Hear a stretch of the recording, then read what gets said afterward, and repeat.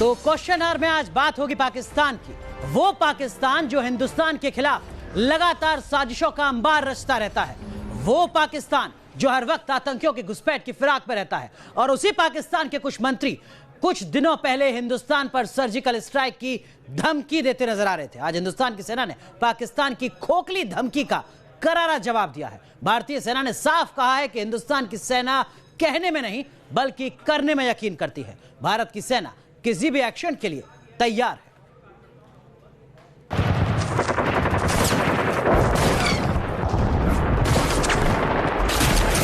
भारतीय सेना बिल्कुल तैनात है और किसी भी काम करने के लिए सक्षम है और कोई भी दुश्मन की द्वारा अगर कोई हरकत की जाएगी तो उसको मुंह तोड़ जवाब दिया जाएगा। पाकिस्तान के कब्जे वाले कश्मीर में जब हिंदुस्तान की सेना ने घुसकर तबाही मचाई थी, उन तस्वीरों को आज भी पाकिस्तान भूल नहीं पाया है। सीमा पार कर जब हिंद के फौजियों ने आतंक के अड्डों को तबाह कर दिया था, उसका दर्द आज भी पाकिस्तान के हुक्मरानों के चेहरों पर झलक आता है। 4 घंटे के ऑपरेशन में हिंद के फौजियों ने किस तरह सर्जिकल स्ट्राइक की थी, ये तस्वीरें उसका जीता जागता सबूत है।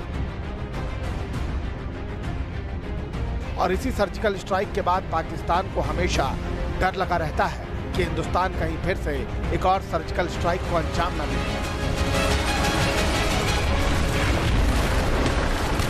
कुछ दिनों पहले पाकिस्तान के मेजर ने हिंदुस्तान पर सर्जिकल स्ट्राइक करने की किस तरह गीदड़ भभकी दी थी, वो भी हम आपको आगे बताएंगे। लेकिन आज हिंदुस्तान की सेना ने पाकिस्तान को सीधी चेतावनी दी है। हिंदुस्तान की सेना ने साफ कर दिया है कि वो कहने में नहीं बल्कि करने में यकीन करते हैं। It doesn't really matter as to what statements are being made from which quarter. It is important for us to retain our capability, to refine our capability, and to be prepared for any contingency at all times. So therefore, whether any statement is made in whatever form from whichever quarter of the world, the Indian Armed Forces are professionally committed. We wish to assure you that we remain a very potent, responsible and accountable instrument of national power, and we shall be able to achieve the task whenever it is entrusted to us.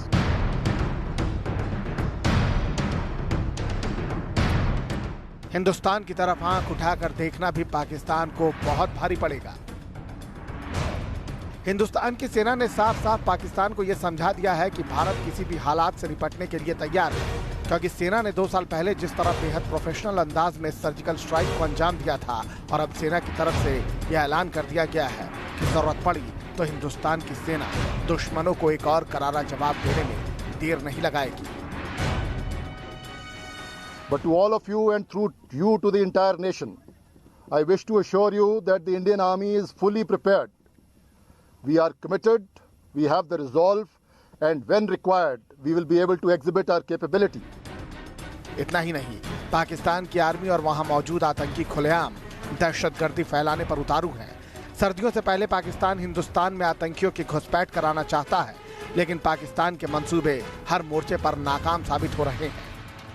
यूं ही सर्दियां शुरू होती हैं, line of control के कई इलाकों में बर्फबाजी शुरू हो जाती है, तो हमें भी अपने डिप्लॉयमेंट के अंदर, अपने काम करने के तरीके के अंदर बदलाव लाना पड़ता है। इस प्रकार का बदलाव इस साल भी लाया जा रहा है, और ये बदलाव बड़ा आहिस्ता आहिस्ता होता है, क्योंकि कई बार किसी इलाके के अंदर बर्फ़ जल्दी पड़ जाती है, किसी इलाके के अंदर बर्फ़ बाद में पड़ती है। लेकिन जो भी बदलाव लाया जाता है, ये ज़रूर यकीन किया जाता है कि किसी भी हालत के अंदर कोई भी ऐसा मौका दुश्मन को ना दिया जाए जिससे कि वो उस हालात का फ़ायदा उठा सके। पाकिस्तान को मालूम है कि वो हिंदुस्तान से सीधी जंग में कभी नहीं लड़ सकता, इसलिए वो आतंकियों की मदद से कश्मीर में आतंक का खेल खेलना चाहता है। लेकिन ये भी एक हकीकत है कि बॉर्डर से लेकर LOC तक हिंदुस्तान के वीर जवानों की पैनी नजर है, और पाकिस्तान के हर मंसूबों पर हिंद की सेना पानी फेर रही है। और इस बार पाकिस्तान को सीधे सीधे अल्फाजों में यह समझाने की कोशिश की गई है कि अगर पाकिस्तान ने छोटी सी भी हिमाकत की तो उसे उसका अंजाम भुगतना होगा। Team news nation.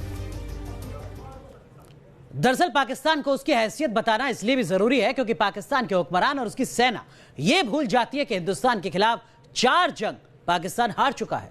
जब जब उसने हिंदुस्तान के खिलाफ हिमाकत करने की कोशिश की, पाकिस्तान को हमेशा मुंह की खानी पड़ी। लेकिन पाकिस्तान की हिमाकत देखिए, पाकिस्तान का एक मेजर जनरल हिंदुस्तान के खिलाफ 10 सर्जिकल स्ट्राइक करने की धमकी दे रहा है। नाम आसिफ गफूर, ओहदा पाक सेना में मेजर जनरल। पाकिस्तानी सेना का यही वो अफसर है जो बौखलाया हुआ है। आसिफ गफूर नाम का ये वो पाकिस्तानी सैन्य अधिकारी है जो सर्जिकल स्ट्राइक की टींगे मार रहा है। पाकिस्तान की सेना और पाकिस्तान की आवाम को सब्ज बाग दिखा रहा है। आसिफ गफूर इस गलतफहमी के शिकार है कि उनकी सेना भारत में सर्जिकल स्ट्राइक कर सकती है, वो भी 1-2 नहीं, पूरे 10। सवाल यही है कि क्या 2 साल पहले भारत के दिए जख्मों को पाकिस्तान भूल चुका है? वो सर्जिकल स्ट्राइक जिसमें हमारी सेना ने पीओके में घुसकर आतंकी अड्डों का सफाया किया था, 30 से ज्यादा आतंकी मार गिराए थे। ये बदला था उन आतंकियों से जिन्होंने पूरी अटैक को अंजाम दिया था। लेकिन अब ठीक उसी तरह के सर्जिकल स्ट्राइक की गिदड़ भभकी दे रहा है पाकिस्तान। पाकिस्तान के मेजर जनरल आसिफ गफूर ने पाकिस्तान की तरफ से भारत को 10 सर्जिकल स्ट्राइक करने की धमकी दी है। लंदन में दिए एक बयान में गफूर ने कहा है कि भारत अगर पाकिस्तान के अंदर एक सर्जिकल स्ट्राइक करने की हिमाकत करता है तो जवाब में उसे 10 सर्जिकल स्ट्राइक हमलों का सामना करना पड़ेगा। इतना ही नहीं, पाक सेना के इस बड़बोले अधिकारी ने यहां तक कह दिया है कि जो लोग हमारे खिलाफ किसी तरह की कार्रवाई करने के बारे में सोच रहे हैं, उन्हें पाकिस्तान की क्षमताओं को लेकर अपने दिमाग में कोई शक नहीं रखना चाहिए। आपको बता दें कि पाकिस्तानी सेना के ये बड़बोले अधिकारी आसिफ गफूर पाक सेना की इंटर सर्विसेज के जनसंपर्क विभाग के प्रवक्ता हैं और लंदन में गफूर की यह गिदड़ भभकी रेडियो पाकिस्तान के जरिए सामने आई है, जिसमें इस अधिकारी ने भारत का नाम तो नहीं लिया, लेकिन इशारा साफ था। जानकारों की माने तो यह बयान पाकिस्तानी अवाम को संतुष्ट करने के लिए दिया गया है, क्योंकि सर्जिकल स्ट्राइक जैसी कार्रवाई का दम पाकिस्तान के पास है ही नहीं। पहली बात, सर्जिकल स्ट्राइक कभी बयान देके या इस तरह से नहीं की जाती। दूसरा, इस तरह की बातें कहने और करने में बहुत ज़्यादा फर्क होता है। ये सिर्फ एक रिटेलिएशन है, क्योंकि भारत ने भी कहा था हम और सर्जिकल स्ट्राइक करेंगे। जब हम ऐसा बयान देते हैं तो नेचुरली जो ओपोनेंट है उसके ऊपर भी प्रेशर होता है, उनकी जनता भी उनसे ये उम्मीद करती है कि वो ऐसा बयान दें। दुनिया जानती है कि पाकिस्तान में आतंक के अड्डे चल रहे हैं। वो आतंकवाद को पनाह देने के नाम पर आए दिन अमेरिका से जलीलो खार होता है, बॉर्डर पार से छिपकर भारत के खिलाफ जंग लड़ता है। आतंक के सपोलों के पीछे पाकिस्तान की सेना खड़ी रहती है। लिहाजा अपने घर को ठीक करने की बजाय हमेशा की तरह पाकिस्तान गिदड़ भभकी का राग अलाप रहा है। उसे भी पता है कि यह पाकिस्तान के बस की बात नहीं है, और ऐसा करने का साहस अगर किसी के पास है तो वो हिंदुस्तानी सेना के पास, जिसकी एक झलक पाकिस्तान और उसकी बुज़दिल आर्मी 2 साल पहले देख चुकी है। Team news nation. और अब बात आज की एक और बड़ी खबर की, जिसने बीजेपी के लिए मुश्किलें पैदा कर दी। मीटू कैंपेन में फंसने के बाद विदेश राज्य मंत्री एमजे अकबर को आखिरकार अपने पद से इस्तीफा देना पड़ा। अकबर ने एक बयान जारी कर इस बात का ऐलान किया है। अकबर के इस्तीफे को पीड़ित महिलाओं ने न्याय की पहली जीत बताया है। अकबर पर पिछले 9 दिन में 16 महिलाओं ने यौन उत्पीड़न के आरोप लगाए हैं। कल इस मामले में पटियाला हाउस कोर्ट में सुनवाई होगी।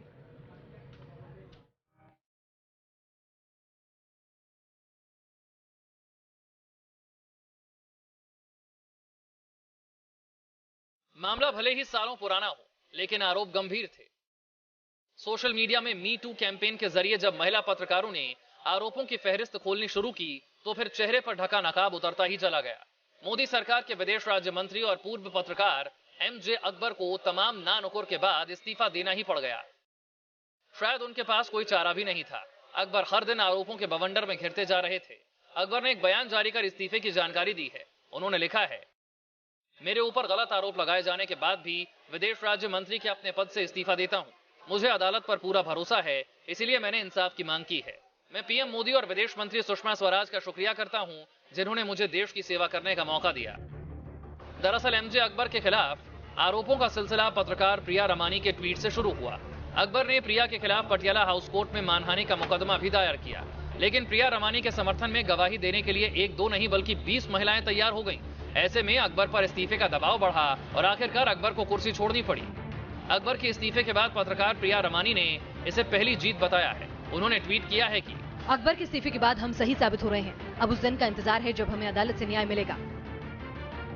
पिछले 9 दिन में 16 महिलाओं ने अकबर के खिलाफ यौन उत्पीड़न के आरोप लगाए हैं। उन पर 1 हफ्ते से इस्तीफे का दबाव था।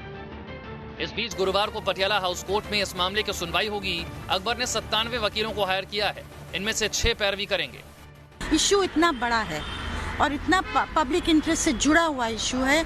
महिलाओं की सिक्योरिटी, सुरक्षा जहां वो काम करती हैं, और ये तो अर्बन महिलाएं हैं। आप इमेजिन कर सकते हैं कि गांव की महिला जो काम करती है उसके साथ क्या होता है, या छोटे शहरों में क्या होता है। तो अगर उनके साथ ये हो रहा है तो क्या भविष्य है हिंदुस्तान का। जाहिर है अकबर ने आरोपों के बाद भले ही इस्तीफा सौंप दिया है, लेकिन ये मामला इतनी आसानी से खत्म नहीं होने वाला।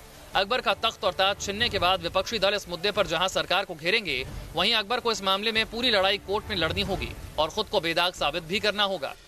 मीटू मुहिम से निपटने के लिए अकबर ने अपने सारे कानूनी हथियार उठा लिए थे, लेकिन महिलाओं की एकजुटता के आगे उनके तख्त और ताज दोनों ही कुर्बान हो गए।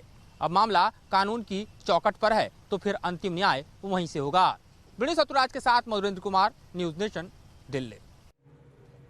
वैसे अकबर की मुश्किल सिर्फ इतनी बस नहीं है। यौन शोषण के आरोपों पर घिरे एमजे अकबर के इस्तीफे के बाद उन पर सियासी घमासान भी शुरू हो चुका है। इस बीच अकबर पर आरोप लगाने वाली महिलाएं भी अब खुलकर सामने आ रही हैं और कोर्ट में उनके खिलाफ कार्रवाई का भी मन बना रही है। कुल मिलाकर मीटू के भंवर में अकबर बुरी तरीके से उलझ कर रह गए।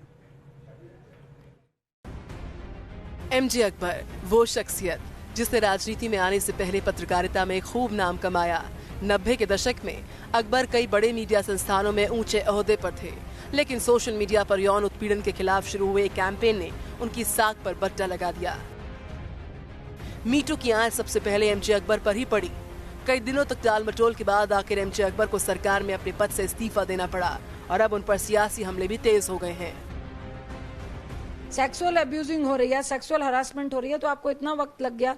तो ये तो लड़कियों का प्रेशर था, जर्नलिज्म का प्रेशर, जर्नलिज्म विभाग का प्रेशर था, और ये जो एक कैंपेन चल रहा था पूरी राजनीतिक पार्टियों का प्रेशर था, जिनके कारण उनको एहसास हो गया कि अब वो बच नहीं सकते हैं, क्योंकि 17 की 17 लड़कियां एक दूसरे की गवाह बन जाएंगी।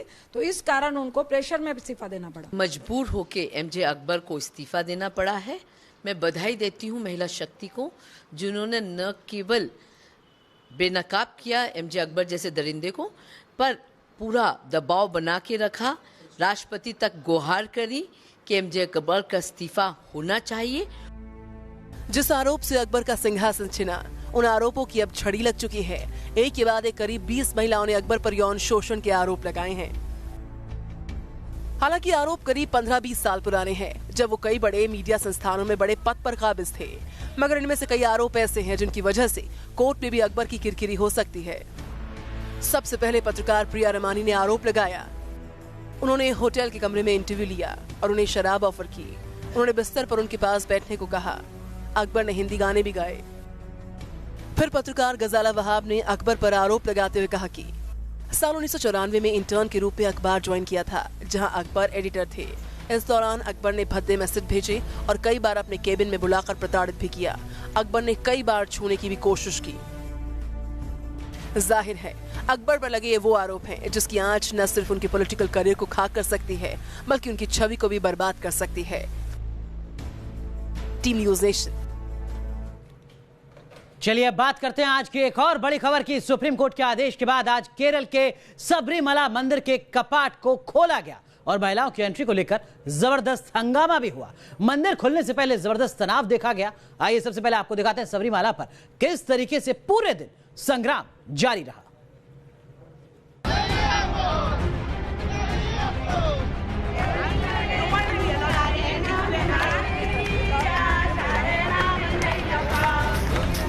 हंगामा हो रहा है केरल में आधी आबादी को उनके हक से महरूम रखने के लिए।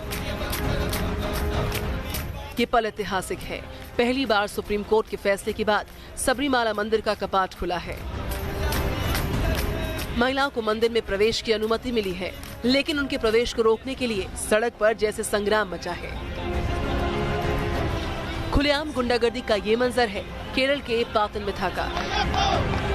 महिला पत्रकारों पर हमला हुआ। तस्वीरों में आप देख सकते हैं कि कैसे कार में बैठी महिला पत्रकारों को टारगेट किया गया है। कुछ लोगों ने अपने चेहरे को ढका तो कुछ खुलेआम कैमरे के सामने धमकियां दे रहे हैं। ये महिला पत्रकार खबर करने के लिए बेस कैंप पंबा की तरफ जा रही थी, लेकिन इन्हें भीड़ के गुस्से का शिकार होना पड़ा।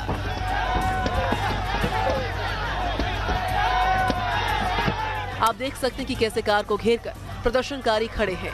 कार के बोनेट को हाथों से जोर जोर से पीटा जा रहा है। केरल में महिला पत्रकारों पर हुए हमले की चौतरफा निंदा हो रही है। स्थानीय प्रशासन की तरफ से सख्त कार्रवाई का भरोसा दिया गया है। That has to be taken seriously. Yeah, that definitely I'll be reporting it to the government for sure. And also we will be reviewing the situation. How can we handle it in the local? महिला पत्रकारों पर हमला हुआ। जगह जगह प्रदर्शनकारी सड़क पर उतर आए। बताया जा रहा है कि प्रदर्शनकारी पंबा जाने वाले वाहनों की जांच कर रहे हैं और उनमें सवार 10 से 50 वर्ष आयु वर्ग की महिलाओं को मंदिर जाने से रोकने की कोशिश की। निलक्कल में तो पुलिस और प्रदर्शनकारियों के बीच झड़प भी हुई। उग्र प्रदर्शनकारियों को काबू में करने के लिए पुलिस को लाठीचार्ज भी करना पड़ा। सड़क किनारे पलटी बाइक्स को देखकर आप अंदाजा लगा सकते हैं कि हालात को कंट्रोल करने के लिए पुलिस को कितनी मशक्कत करनी पड़ी है। हंगामा होगा ये तो तय था। एहतियात के तौर पर पंबा और निलक्कल को पुलिस छावनी में तब्दील किया गया। 1000 के करीब जवानों की तैनाती की गई थी, लेकिन इसके बावजूद हंगामा हुआ। पूरा देश इस हंगामे की इन तस्वीरों से हैरान है। बिल्कुल आश्चर्यजनक है। दुनिया में आपने कहीं सुना नहीं होगा कि इस तरह का ये एक तरह की मैडनेस है, एक तरह का ये जो रिलीजियस फैनाटिसिज्म है, जिसके चलते ये गुंडागर्दी वहाँ चल रही है। और इस गुंडागर्दी के चलते बसें रोक रहे हैं, गाड़ियाँ रोक रहे हैं। किसने इनको ये सब हक दिया है? पुलिस की तरफ से हालांकि मामले में कार्रवाई हुई है, कुछ लोगों की गिरफ्तारी भी की गई है, लेकिन सवाल महिलाओं के बुनियादी हक का है। केरल सरकार ने सुरक्षा के तमाम इंतजामों का दावा किया था, लेकिन लगता नहीं कि मौजूदा माहौल में महिलाएं सुरक्षित तौर पर मंदिर में प्रवेश कर सकती हैं। Team news nation. वैसे सबरीमाला में जो संग्राम मचा है उसके लिए सीधे तौर पर सियासत जिम्मेदार है। केरल में बीजेपी और कांग्रेस दोनों सुप्रीम कोर्ट के फैसले का विरोध कर रहे हैं। राज्य की लेफ्ट फ्रंट सरकार को कटघरे में खड़ा करने की कोशिशें की जा रही हैं। सुप्रीम कोर्ट के ऐतिहासिक फैसले के बाद पहली बार सबरीमाला मंदिर के द्वार खुले। तस्वीरों में आप देख सकते हैं कि श्रद्धालु भगवान अयप्पा के दर्शन के लिए पहुंचे हैं। मंदिर के अंदर शांति है, सुकून है। श्रद्धालु मत्था टेक रहे हैं, भगवान से मन की मुराद पूरी होने की दुआ मांग रहे हैं। लेकिन सड़क पर संग्राम मचा है। 10 साल से 50 साल की महिलाएं मंदिर में इस तरह भगवान के दर्शन ना कर पाएं, इसके लिए जगह जगह प्रदर्शन हो रहा है। इसके लिए जिम्मेदार है वोट की सियासत। सियासत भी अजीब खेल करती है। नेता महिला अधिकारों पर बड़ी बड़ी बातें करते हैं, लेकिन बात जब वोटों की होती है तो सियासतदां के सुर बदल जाते हैं। सबरीमाला के मामले में यही हो रहा है। दिल्ली में पार्टी की अलग राय है, वहीं केरल में अलग। कांग्रेस और बीजेपी दोनों पार्टियों के नेताओं ने 28 सितंबर को सुप्रीम कोर्ट के फैसले का स्वागत किया था, लेकिन केरल में दोनों पार्टियां फैसले के खिलाफ प्रदर्शन कर रही हैं। बीजेपी के तेवर बेहद आक्रामक हैं, वहीं कांग्रेस की तरफ से भी आवाज लगातार बुलंद हो रही है। नेता धरना प्रदर्शन कर रहे हैं, हिंसा हो रही है, पत्रकारों पर भी हमला किया गया, लेकिन कोई जवाबदेही लेने को तैयार नहीं। एक दूसरे पर ठीकरा फोड़ा जा रहा है। Protesting there, that is BJP and RSS people, they and Sangha Parivar workers, they are manhandled the pressmen. We are not at all a party to that. We are having a satyagraha there in a peaceful way. हंगामे के लिए केरल सरकार पर सवाल दागे जा रहे हैं। राज्य की लेफ्ट फ्रंट की सरकार को कटघरे में खड़ा किया जा रहा है, लेकिन वाम दल सीधे केंद्र सरकार पर वार कर रहे हैं। देखिए, अगर आरएसएस बीजेपी को आपत्ति है, अगर सुप्रीम कोर्ट का कोई एक जजमेंट आता है, उसका एक ही तरीका है कि उसको रोकने के लिए, वो है संसद में कानूनी रास्ता। उसके अलावा और कोई रास्ता नहीं है। अब संसद में बीजेपी की बहुमत है, तो वो क्यों नहीं बुला रहे संसद की सेशन, या संसद के बिहाफ से क्यों नहीं कार्रवाई कर रहे हैं? सबरीमाला विवाद पर बीजेपी के आला नेता ज्यादा कुछ बोलने से परहेज कर रहे हैं, लेकिन पूरे मुद्दे पर अपनी विवाद बयानबाजी के लिए मशहूर सुब्रमण्यम स्वामी का ट्वीट आया है। सुब्रमण्यम स्वामी ने ट्वीट किया है कि सबरीमाला में हिंदू पुनर्जागरण और हिंदू रूढ़िवाद के बीच संघर्ष है, हमें कानून का साथ देना चाहिए। जो सड़क पर हालात हैं उससे साफ है कि सबरीमाला की आड़ में सियासत का खेल चल रहा है। महिला अधिकारों के मुद्दों को राजनीति ने हाईजैक कर लिया है। Team news nation. और अब बात दिल्ली के 5 स्टार होटल में सरेआम पिस्तौल लहराने वाले दबंग आशीष पांडे की, जिसकी गुंडागर्दी की तस्वीरें सोशल मीडिया पर 2 दिन से लगातार छाई हुई है। मगर उसके खिलाफ लुकआउट नोटिस जारी होने के बावजूद दिल्ली और यूपी पुलिस उसे अब तक ढूंढ नहीं पाई है। देश की राजधानी के एक 5 सितारा होटल में हुई गुंडागर्दी की ये तस्वीरें हैं, जिसकी गूंज सड़क से लेकर सियासी गलियारों में भी है। यूपी के एक पूर्व सांसद का बेटा हाथ में पिस्टल लेकर दिल्ली के पूर्व कांग्रेसी विधायक के बेटे को धमकी देता है, उसे भद्दी भद्दी गालियां देता है और फिर बड़े आराम से अपनी कार में बैठकर चला जाता है। और 4 दिन बाद जब वीडियो वायरल होने पर मामले का खुलासा होता है, तब भी दिल्ली और यूपी पुलिस के हाथ खाली हैं।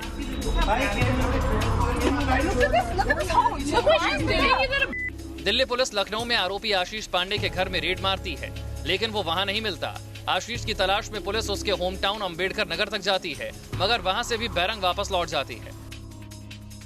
सवाल है कि आखिर सरेआम पिस्तौल लहराने वाला आशीष पांडे कहां लापता हो गया। सोमवार की शाम को वीडियो वायरल होने के तुरंत बाद पुलिस ने उसकी तलाश शुरू क्यों नहीं की। हालांकि मामले ने जब तूल पकड़ा तो आरोपी आशीष पांडे के खिलाफ लुकआउट नोटिस जारी कर दिया गया और एसटीएफ की टीम बनाकर उसे जगह जगह ढूंढा जा रहा है। जहां भी उत्तर प्रदेश में संभावित ठिकाने हो सकते हैं, रिश्तेदारी में या अन्य जगह पे जहां पे इनके एड्रेसेस हैं, वहां पे छापेमारी की कार्रवाई हो रही है। हमारी 2-3 टीमें लगी हुई हैं जो दिल्ली पुलिस के साथ अपेक्षित सहयोग और समन्वय स्थापित किए हुए हैं।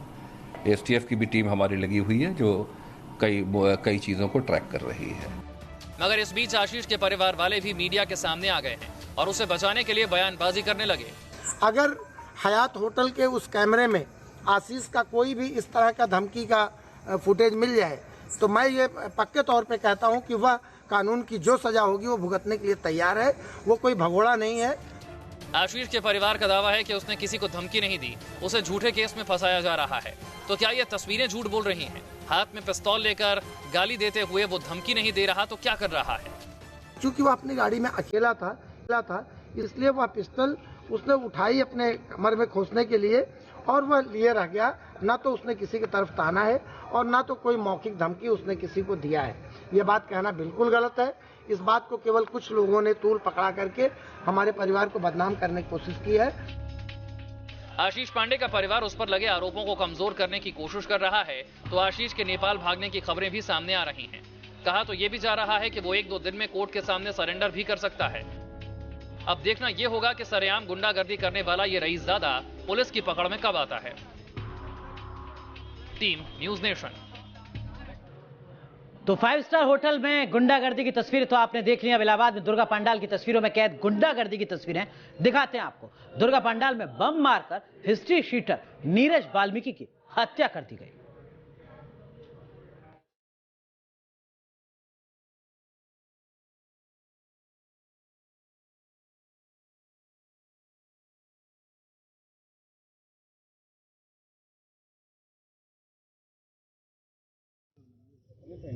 इलाहाबाद में shoot out at pandal, history sheeter की गोली मारकर हत्या,